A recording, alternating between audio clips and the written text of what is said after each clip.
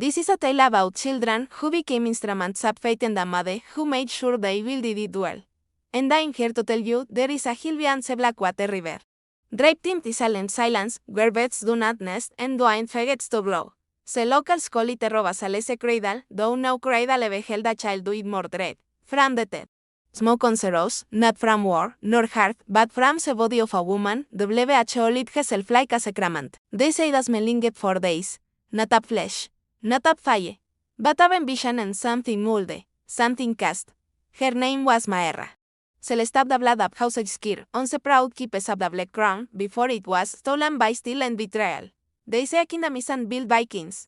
But besides, WHO stand beside them, upholding the balance when the scales of states threaten to tip. But that was then. This is now. And this is a story of what happens when even a queen's sacrifice is not enough. She was not born noble. No, she was carved into nobility by the sheer will of vengeance. Her father as a head had rolled in the hall of fealty. Her brothers ran up as Venice over city gates, his name became a ghost. But Maerra survived, hidden in the cloisters of the sisterhood of Cael, raised among ashes, and silence. Where women learned to speak through glances and suffer with grace. Yet Maerra was not like the others. Her silence was not obedience, it was calculation. Her suffering had no grace, only memory. She was barely dies when the new queen era being held court in the great hall of Eldorya, wearing her father's crown. Maerra watched from the gallery, hidden among the tapestries, as era being paid with her knights and lords. Men who had turned out feste, then again blessed dice. She saw the knight who delivered the killing blow to her father, Serrat Damtorin. All's in bravado and the face as smooth as marble. A cat her eye, though, and bowed his head, the old king might be dead, as seemed to say, but I am alive, and firme. That's when Maerra decided vengeance wasn't enough. She wanted fear. At the age of 20, she escaped the cloister, cutting her hair, biting her tongue, until it bled. Swearing never again to pray to a god who had forsaken her. All she took was the pendant up her mother as a dark stone wrapped in silver roots and an infant son. Born in secret from a visiting nobleman, she had seduced with the eyes of a broken saint. She left the note for the Veselara, simply saying she was going to war. Then she slipped away, walking into the sunset without looking back. She raised him in the valleys of Sendara. Far from the glinting towers and their polite meadows.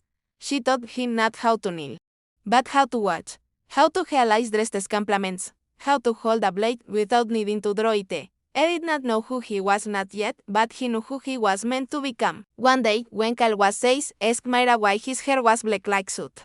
While the village boys had golden to it, Maerra touched the pendant on her chest and said, "Because we are not born of this soil, but of fire, and fire remembers."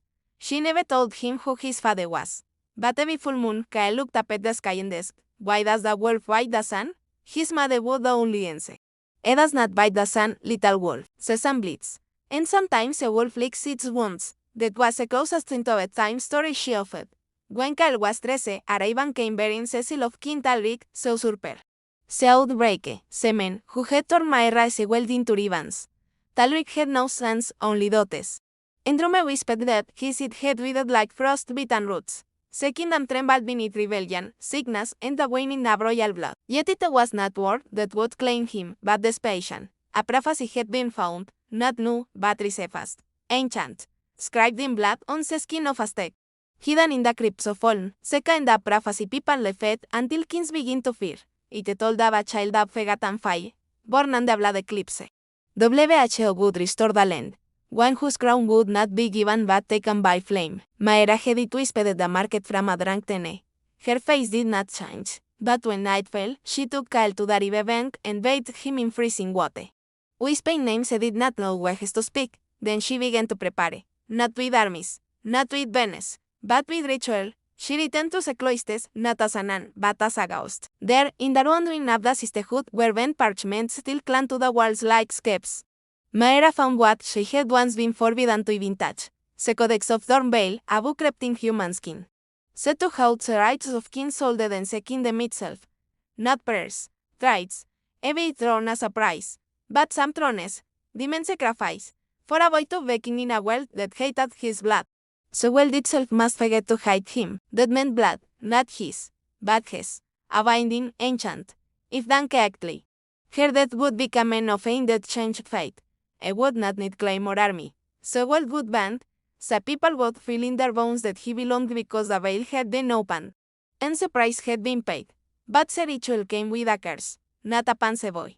No, a panse made. Whoever gave themselves in fire to shape as Abraham would be denied all of the life. No sons, nor Ibeth. Only endless wandering nameless, faceless, fegata nibin vitime. Maerra did not hesitate. On the night of the new moon, she returned to Cael, now 14. She woke him.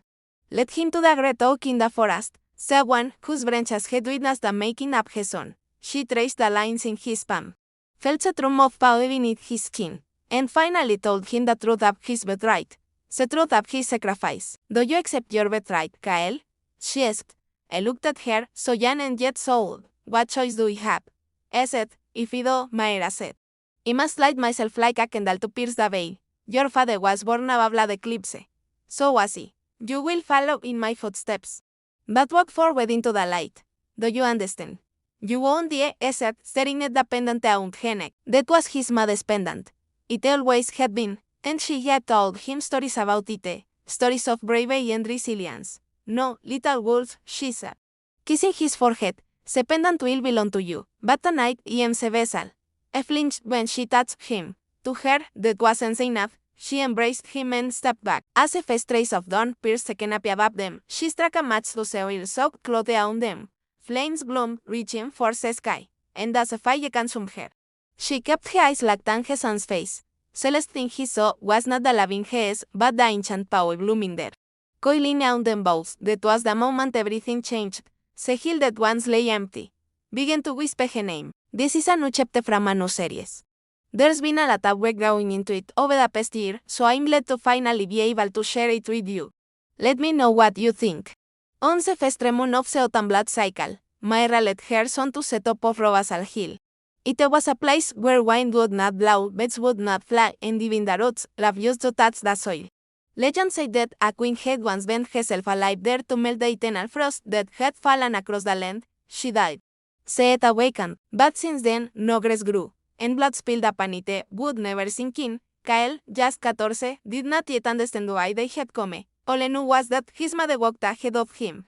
And sometimes he saw royal scouts watching from the forest. They never followed. After all, rumors of a child bearing the marks of prophecy were spreading like plague. The peasant spoke of the child from fire, the boy without a name, the son of a curse.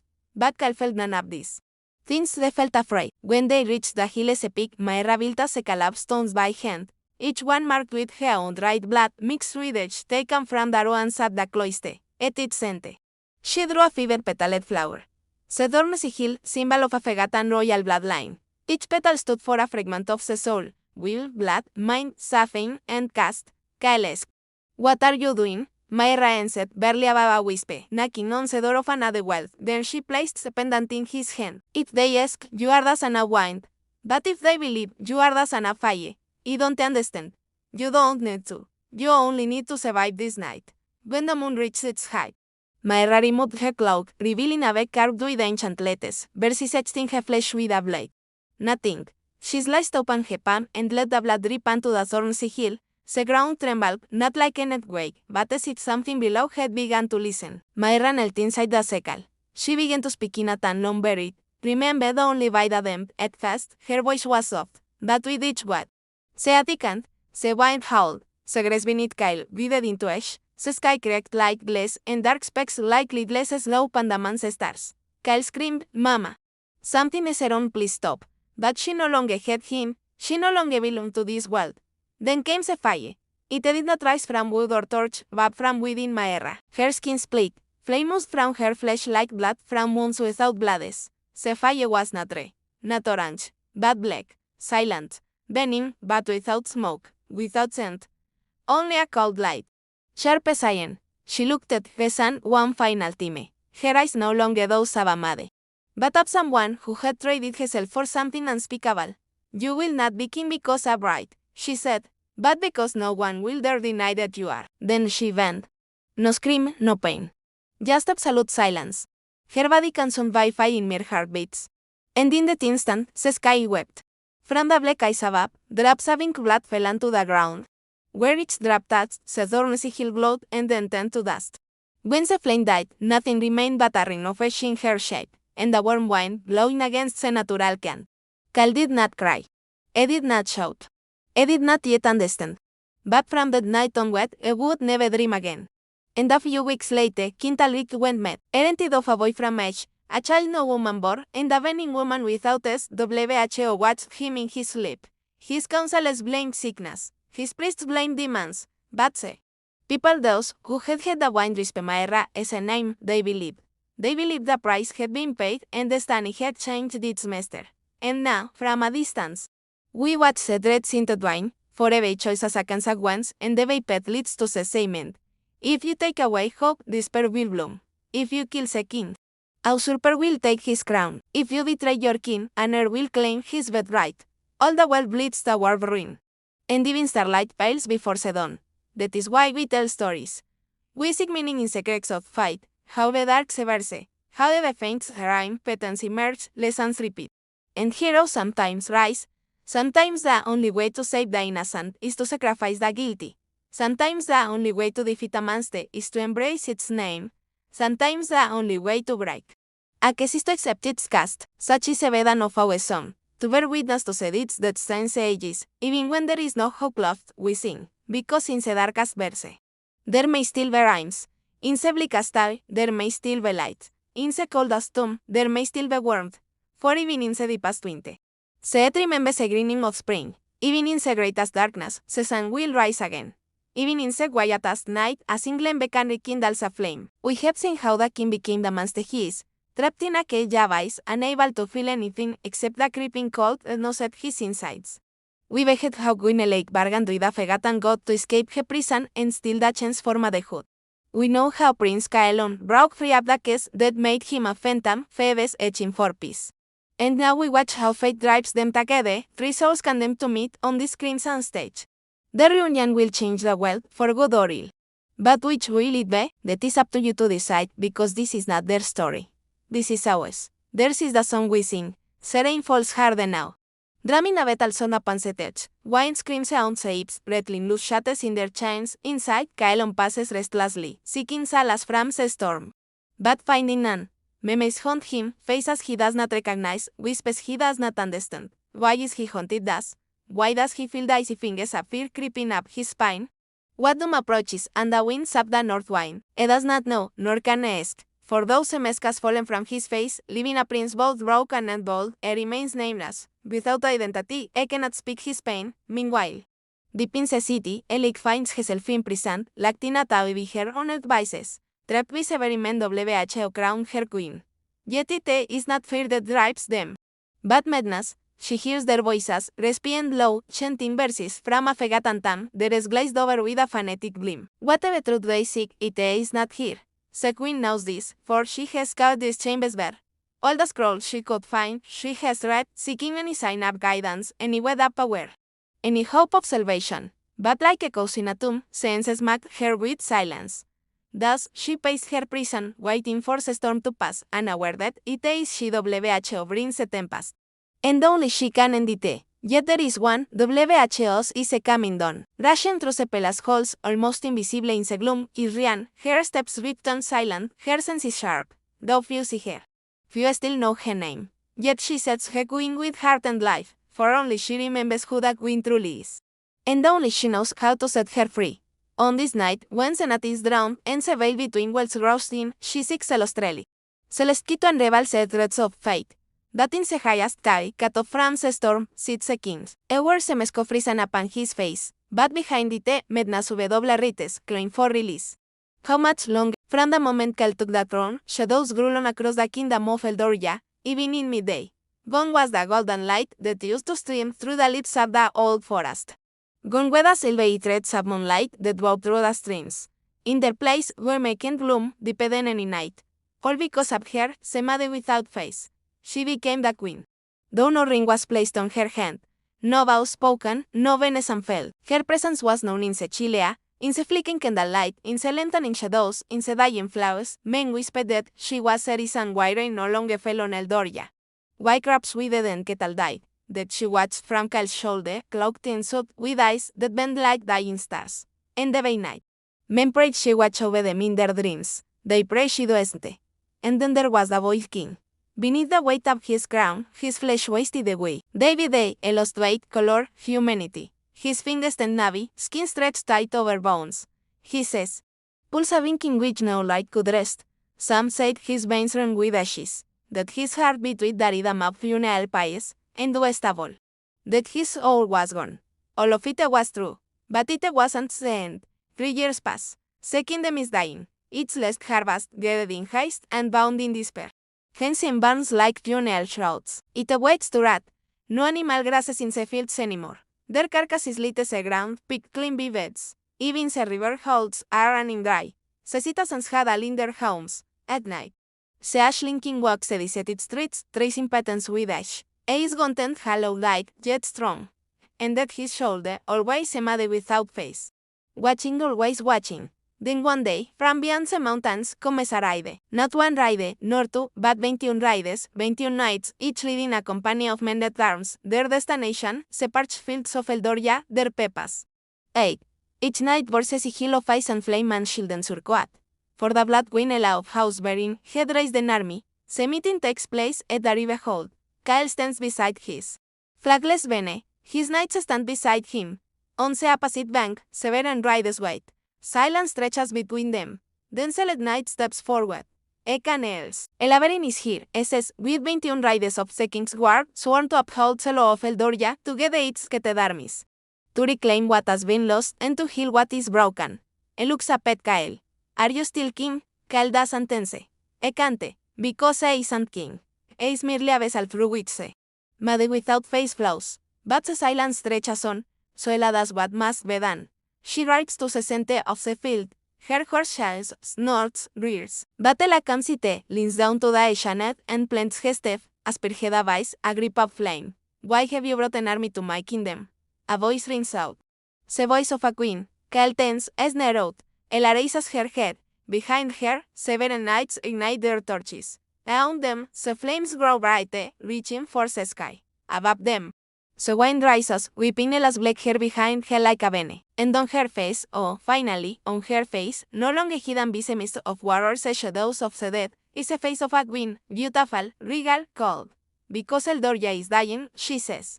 And your people need a queen. Meanwhile, in the audience stands the man who sent her, Arlan, son of Titos, brother of Toros. His gaze is locked onto Ella, his jaw clenched. Knuckles white and his teeth. Why has she come? What does she know that Edo isn't? He tries to make sense of it, but another voice cuts through his thoughts. This one, soft and sweet, full of honey and dash. The mother without face calls to Cael. And he listens. You are both right, Cael says, but only one of you can help me. Ella frowns, confused, before she can ask what he means. The ground shakes. The audience gasps.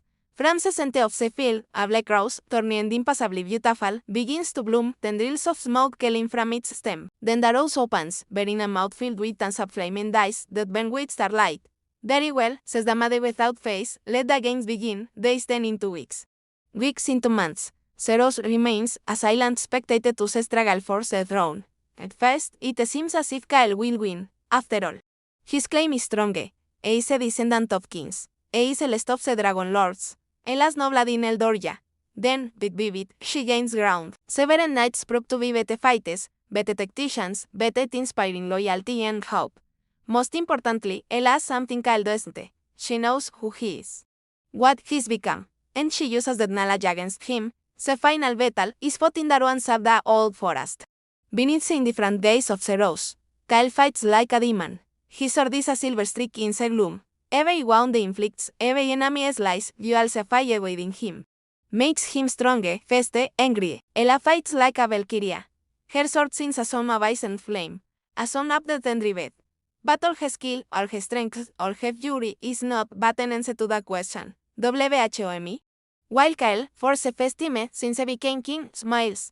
For a answer. Y the blade errors. That carves your name upon the wind. Y the whisper that haunts your waking thoughts and your nightmares. Y the spectre that flies across your fields at dusk, getting souls for the feast. Ella stumbles back, surprise momentarily eclipsing her icy calm. How much of this has she known? How much did she choose to ignore? Either way, it's too late now. The battle's almost over. But it's not, for just as Ella is about to strike a killing blow, the ground gives way beneath her feet, swallow in her whole, with a muffled cry.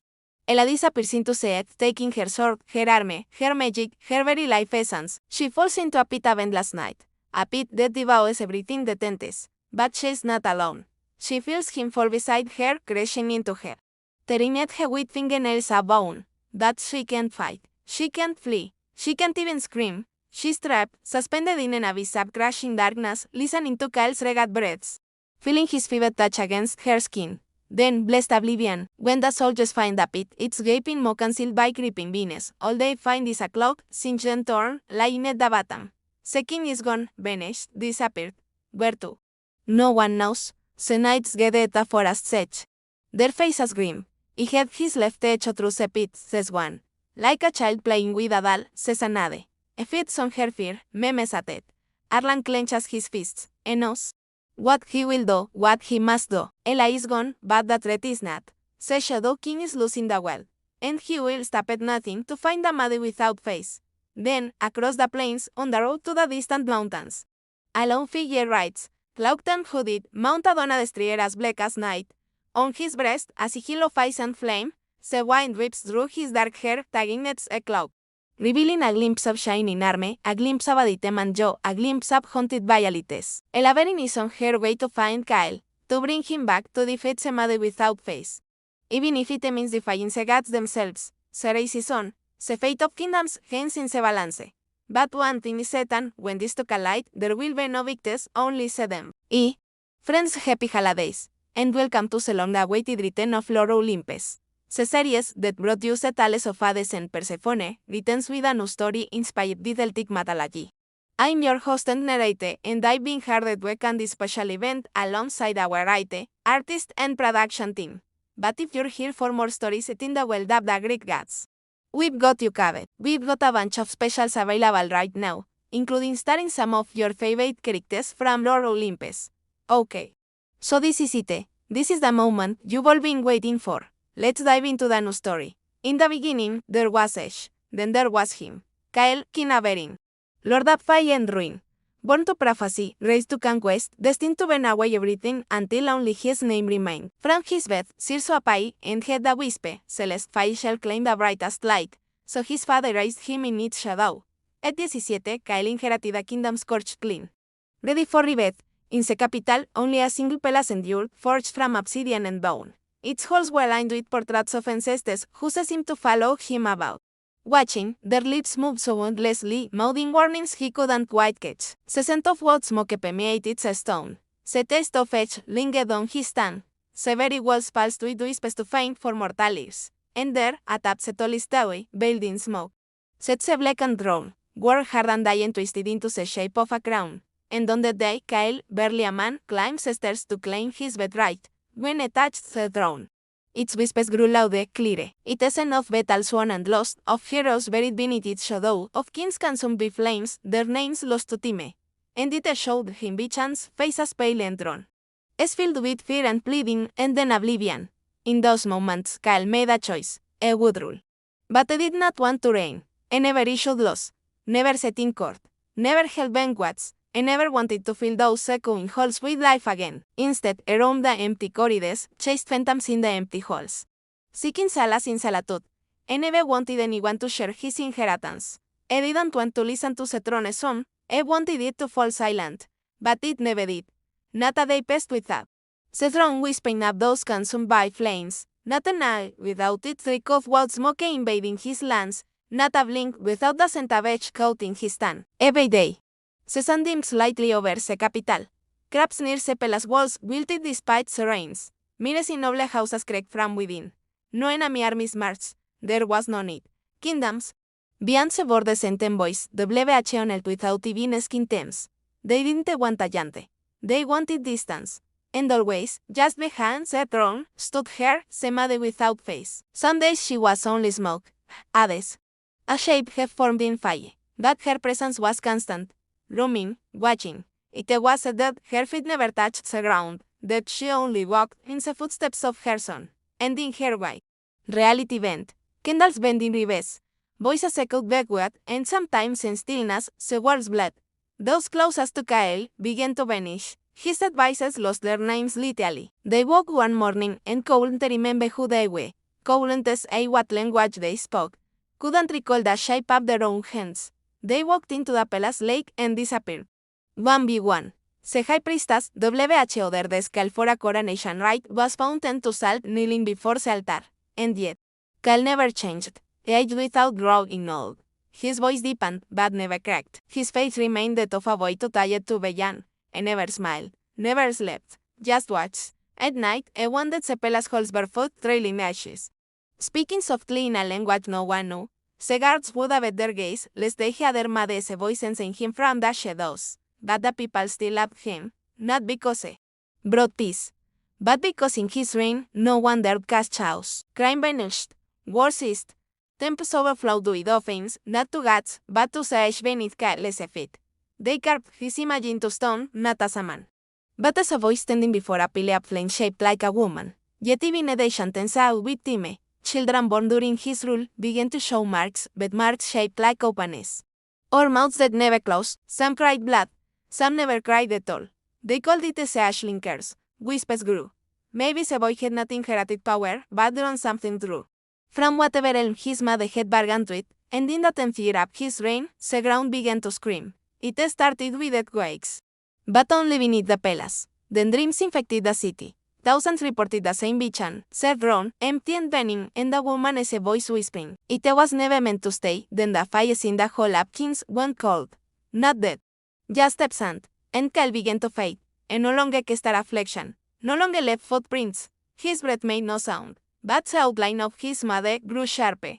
Her face became more visible. Bent lips, hollow eyes, mouth stitched with ash.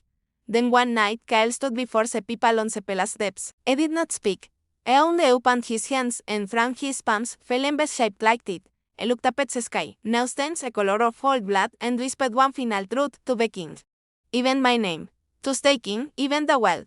But the crown burned still. Then he stepped back and disappeared into the throne, which closed around him like a wound ceiling. The mother without face stand stared at the people for one breathless instant and smiled. For the first and the only time. Then she too vanished. And the city stood still for 3 days. The kingdom never crowned another ruler. The throne was left untouched, ringed in salt and silence. In the 10 years, on the night the mountains black, the pale lights itself again. A boy-shaped figure flickers in the fire, and the woman as a whisper drips through the wind. It was never meant to reign. It was meant to be remembered. And so they remember. Not the peace. Not the rule, but the price paid in flesh and fire. Be a mother who loved too much in the kingdom that let her. I hope you enjoyed this special holiday episode featuring King Cael and the mother without face. Make sure to leave us a review with all the spooky season feels. Also, huge thanks to our supporters for making this episode possible. Your support really does make these specials possible. So thank you. If you'd like to see your name at the end of episodes and access our exclusive server, consider supporting us. Thanks for watching, and I'll see you next time.